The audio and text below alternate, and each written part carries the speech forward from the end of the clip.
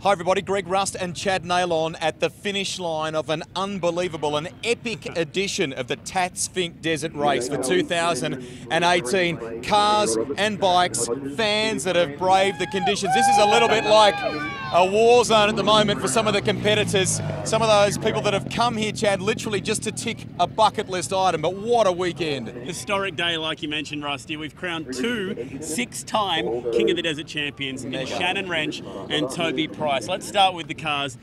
Commanding performance from Shannon Wrench this weekend to lead home a five-time or six-time, if you want to get technical, with Dave Fellows, and then Jack Rhodes. That's your podium for the cars. An amazing effort from those guys. I've just literally seen a moment ago his dad, and his dad said, look, my neck is a little bit sore. It really has taken its toll, this one. Super proud of the way that Shannon drove naturally. And those guys run lightly tinted visors. When they came past us on the track today at about the 30k bonnet with about 30 kilometres left to get to Alice Springs, you could see straight into the eyes of Shannon Wrench. Man, was he focused on trying to take this one out today. He was a man on the mission, and I was here in the finish line to hear from him.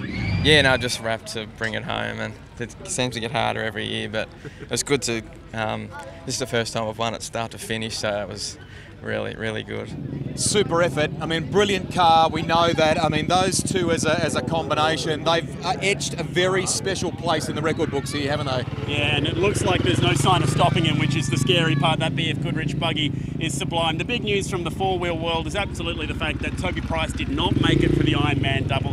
He pulled up with power steering pump failure and had to make a pretty quick decision. Push on with that, or then commit to the helicopter to get back to the start line for Finke. Turns out that was a good decision. Absolutely, and he's come home with an historic, greatest of all time victory for, you know, KTM. I mean, KTM have dominated the top three here. Price taking win number 6. That is huge, isn't it? Yeah, it was an incredible emotional finish. He looked physically shocked and spent. The big thing for me was he took off the helmet and checked it. I thought that was unusual. Turns out he had a crash 100 k's out. Let's hear what Toby had to say about that.